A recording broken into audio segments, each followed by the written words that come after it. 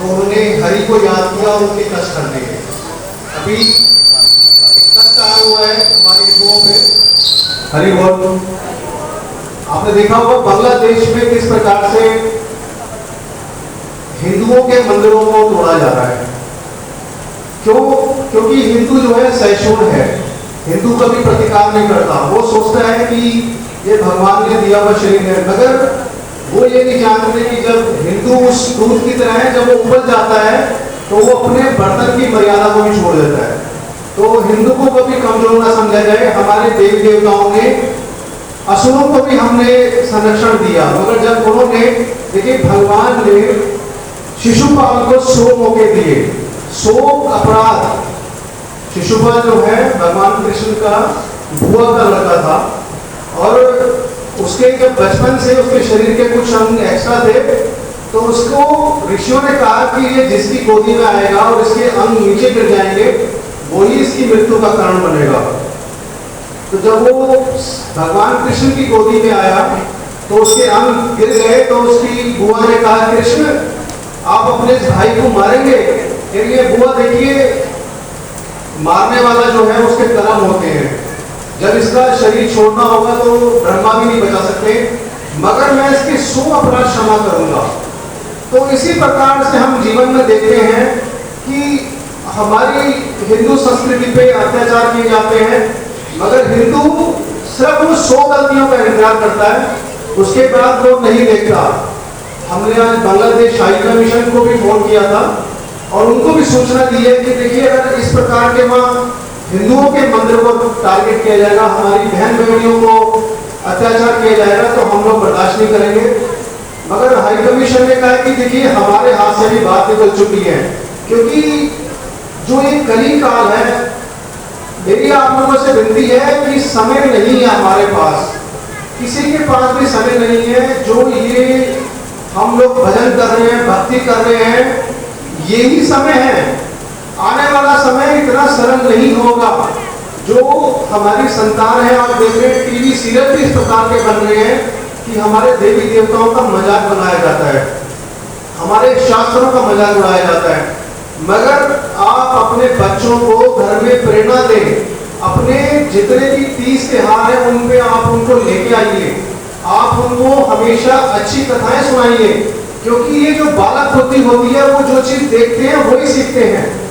बच्चों को अगर हमने अभी से उनको आचार विचार व्यवहार नहीं सिखाया, तो आने वाले समय में बच्चे हमारे अलग दिशा में चले जाएंगे। आज वृद्धाश्रम क्यों खुल रहे हैं? क्योंकि बच्चे अपने माता पिता की सेवा नहीं करना चाहते हैं। मगर आपको पता होना चाहिए, जो संतान अपने माता पिता की सेवा करती है, उसको यही बैठे बैठे स्वर्ग मिलता है। स्वर्ग अलग से नहीं है, स्वर्ग यही है। और भगवान देखते हैं, अपने माता पिता के रूप में आशीर्वाद देते हैं। अगर हम अपनी संतान को अच्छी शिक्षा दे सकते हैं, वो अच्छे संस्कार भी दे सकते हैं।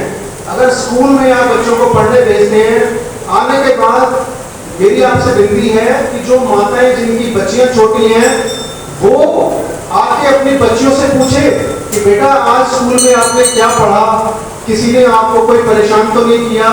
क्योंकि जितने बच्चे माँ बाप से जुड़े होते हैं, किसी से जुड़ते हैं, और खासतौर पे माँ से, माँ को चाहिए अपनी बच्चियों से जरूर पूछे कि बेटा आपने, किसी ने आपको कहीं छेड़ा तो नहीं, कुछ बोला तो नहीं, किस प्रकार का व्यवहार किया। बच्चों को हमें बचपन से सिखाना है किस प्रकार का आपको स्पर्श कौन कर रहा है, क्योंकि आने वाला समय नहीं है किसके दिल में क्या चल रहा है। देखिए, सिर्फ भगवान का एक नाम है अंतर्यामी, सिर्फ भगवान जानते हैं। मगर माताओं को दृष्टि दी गई है, उनको छठी इंद्रिय होती है, वो जान जाती है कि किस प्रकार से किसकी दृष्टि क्या है। तो आप माताओं का समाज के प्रति बहुत बड़ा उत्तरदायित्व है।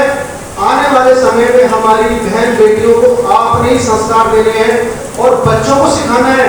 अगर आप मंदिर पे नहीं आ रहे हैं, तो कम से कम घर में हनुमान चालीसा का पाठ रोज करें, एक राम नाम की माला जरूर करें, क्योंकि जो बच्चे का संस्कार पड़ जाएगा, अगर आपने उसको शिक्षा कितनी अच्छी दे दी, अगर संस्कार अच्छे नहीं दिए, तो वो आपका भी नुकसान करेगा और समाज का भी नुकसान करेगा। आने वाला समय समाज एक परिवार से बनता है, परिवार एक इकाई है, कई परिवार मिलकर समाज बनता है। तो हमारे परिवार की भी रिस्पॉन्सिबिलिटी बनती है कि हम अपने बच्चों को अच्छे संस्कार दें। अगर आपके पास कितना भी धन हुआ, कितनी भी शक्ति हुई, मगर आप बच्चे में संस्कार नहीं है, वो गलत दिशा में चला जाएगा। तो आप अपने बच्चों को संस्कार दीजिए, चाहे प्यार से दीजिए, चाहे गुस्से से दीजिए, मगर दीजिए। अगर संस्कार नहीं होगा तो वो समाज के लिए अभिशाप बन जाएगा। और आज के समय में समाज को वरदान चाहिए, क्योंकि लोगों के पास पहले बहुत कष्ट है, लोगों के पास परेशानियां हैं, और हम अगर उनको परेशानियां बढ़ाएंगे उसका कोई लाभ नहीं है। एक राजा अपने दरबार में बैठा हुआ था, उसके गुरु ने उससे कहा कि राजन, आपकी अवस्था हो गई है, अब आप ये मोह माया छोड़ के वन गमन करें। उन्होंने कहा राजा ने कि महात्मा, मेरा ना माया मुझे नहीं छोड़ती है, मुझे माया ने पकड़ा हुआ है। तो ऋषि समझ गए कि जब इस अवस्था में भी, चौथेपन में भी इनका ध्यान नहीं हट रहा माया से, कैसे हटेगा। तो जब लोग दोनों भ्रमण के लिए गए तो ऋषि ने एक पेड़ को पकड़ लिया जोर से, और पेड़ को पकड़ के कहा राजा, ये पेड़ ने मुझे पकड़ लिया, छोड़ नहीं रहा। राजा हंसने लगे कि ऋषि, आप इतने ज्ञानी हैं, कैसी बात कर रहे हैं। कह रहे नहीं राजन, आप अपने सैनिकों को बुलाएं, ये पेड़ मुझे छोड़ नहीं रहा। तो राजन ने कहा कि इस पेड़ को आपने पकड़ा हुआ है। ऋषि ने कहा इसी प्रकार से माया ने आपको नहीं पकड़ा, आपने माया को पकड़ा हुआ है। जो हम कहते हैं हमारे को घर गृहस्थी निकलने नहीं देती है, घर गृहस्थी को हमने पकड़ा हुआ है। माया किसी को नहीं पकड़ती, माया जो नहीं है, अर्थात जो है ही नहीं, वो कब पकड़ेगी। मगर हम कहते हैं नहीं, पति पुत्र माता परिवार, इन्होंने हमें पकड़ा हुआ है, यही माया है। माया नहीं पकड़ती, हमने माया को पकड़ लिया। जिस दिन आप कहेंगे कि माया को छोड़ देंगे, उसी दिन आपको भगवान के दर्शन हो जाएंगे। राधे राधे, जय श्री राधे।